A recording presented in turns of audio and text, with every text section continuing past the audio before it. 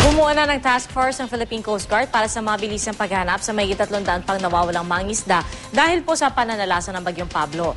Balita natin ni Jennifer Solis ng GMA General Santos.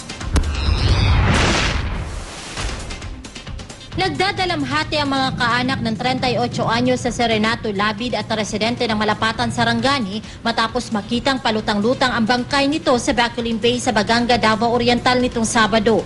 Isa Serenato sa mga mangingisdang nawala matapos pumalaot bago manalasa ang Bagyong Pablo.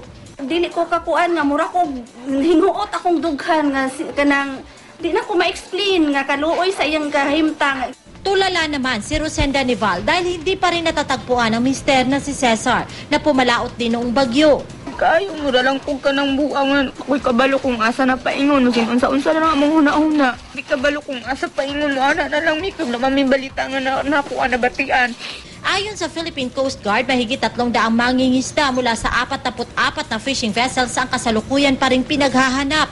Bumuo na ang PCG ng task force para mahanap ang mga mangingisda. Katuwang dito ang militar, iba't ibang sakay ng gobyerno at lokal na pamahalaan. Until now, marami talagang nag-survive kasi playground po nila yung dagat. Alam nila how to survive compared sa hindi fishermen. Nauna nang nailigtas nitong Webes ang 3 mangingisda sa Lianga Bay, Surigao del Sur. Sa ngayon, nasa 17 mangingisda naman ang nailigtas dito sa Gensan. Jennifer Solis, GMA News.